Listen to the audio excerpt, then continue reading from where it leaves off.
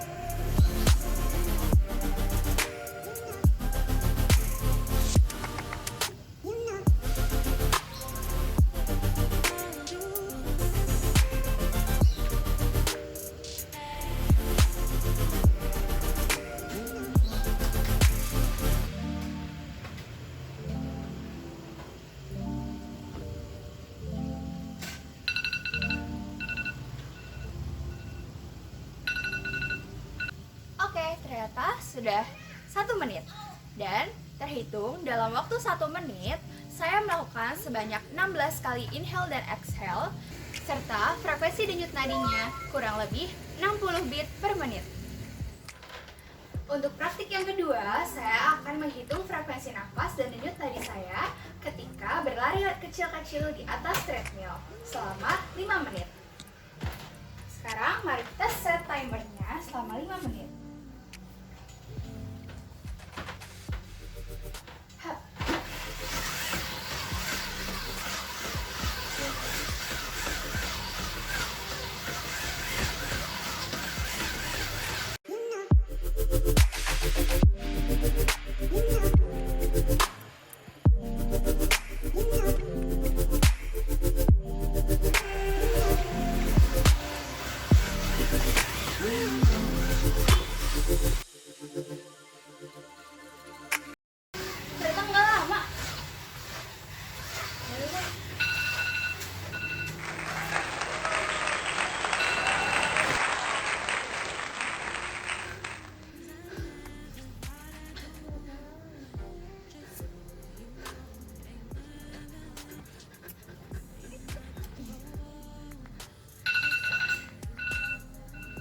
Jangan lupa untuk menghitung denyut nadi juga.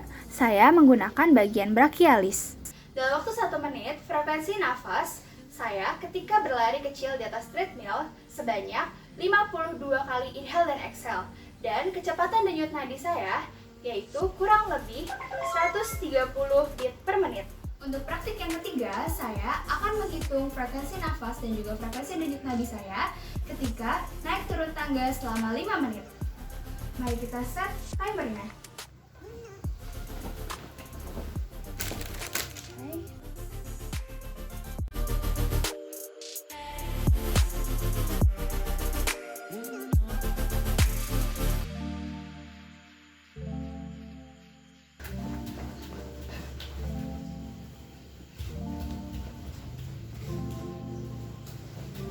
Ya, cepat. 4,5 menit lagi.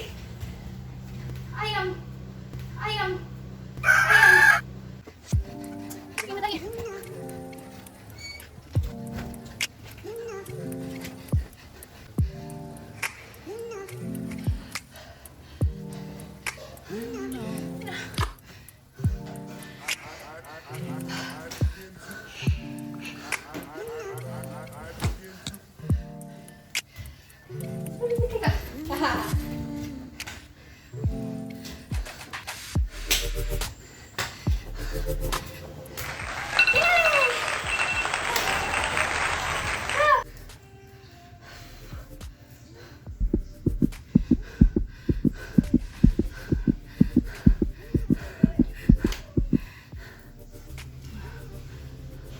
Frekuensi nafas saya setelah berlari naik turun tangga selama 5 menit.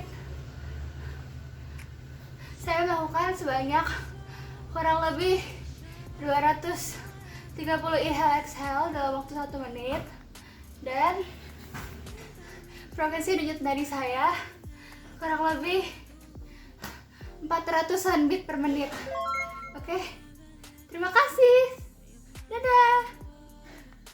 Saya capek, Pak. Mantap.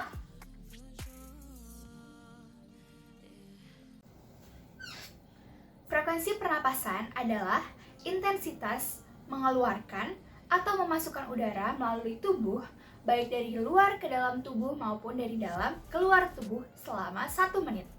Sedangkan frekuensi denyut nadi adalah jumlah arteri atau pembuluh darah bersih mengembang dan berkontraksi selama 1 menit sebagai respon terhadap jantung. Proses pernapasan manusia dimulai dengan menghirup oksigen, kemudian melakukan pertukaran dengan karbon dioksida di paru-paru, lalu dikeluarkan bersama dengan uap air melalui rongga hidung. Walaupun prosesnya sama pada setiap manusia, rupanya terdapat beberapa faktor yang dapat mempengaruhi frekuensi pernapasan pada manusia.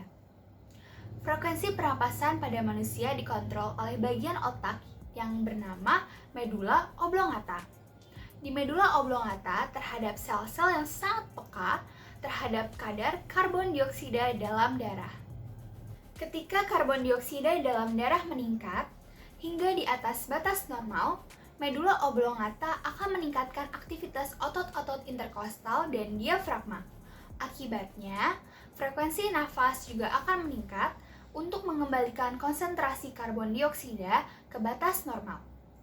Beberapa faktor yang mempengaruhi medula oblongata untuk meningkatkan atau menurunkan ritme pernafasan adalah: yang pertama adalah usia. Balita memiliki frekuensi pernafasan yang lebih tinggi daripada orang dewasa karena volume paru-paru pada balita lebih kecil. Yang kedua, jenis kelamin.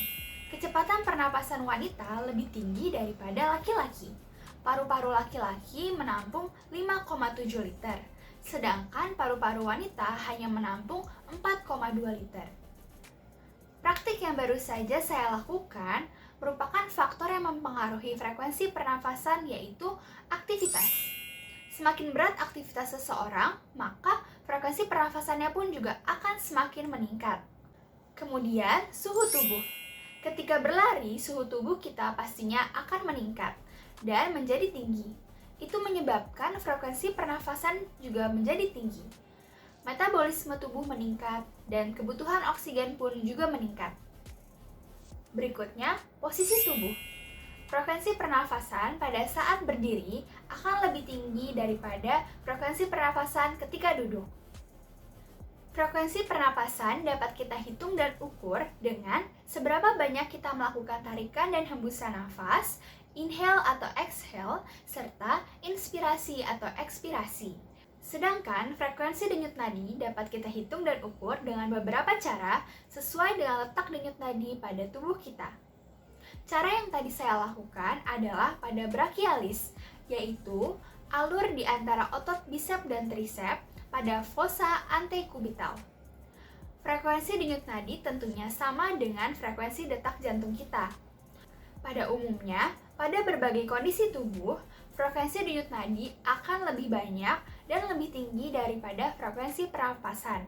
Semakin tinggi atau cepat frekuensi pernapasan, maka akan semakin tinggi pula frekuensi denyut nadi.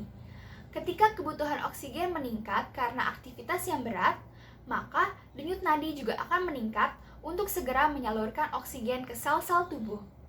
Pemasukan oksigen ke saluran pernafasan pun juga semakin banyak, sehingga frekuensi pernafasan semakin cepat. Saat kita bernafas, oksigen akan masuk ke dalam tubuh kita dan mengalir bersama darah ke seluruh tubuh yang sebelumnya dipompa di jantung. Saat frekuensi nafas kita meningkat, maka denyut nadi pun akan bertambah cepat dikarenakan jumlah oksigen dalam darah yang bertambah banyak, sehingga memperkeras kerja jantung dalam memompa darah. Pernafasan dan peredaran darah kita bekerja secara sinergis, yaitu bekerja dengan saling searah atau sama, di mana ketika oksigen yang masuk banyak, maka peredaran darah juga akan semakin cepat. Sedangkan ketika oksigen yang masuk sedikit, peredaran darah juga akan semakin lambat. Frekuensi pernafasan dan denyut nadi pada setiap orang tentunya akan berbeda-beda karena ada beberapa faktor yang mempengaruhinya, yaitu usia, suhu tubuh, jenis kelamin, posisi tubuh, dan salah satunya adalah aktivitas yang dilakukannya. Semakin berat aktivitas yang dilakukan seseorang, maka akan semakin banyak pula oksigen yang dibutuhkannya. Untuk mendapatkan oksigen yang banyak, maka diperlukan frekuensi pernafasan yang cepat untuk mendistribusikan oksigen tersebut dengan sistem transportasi.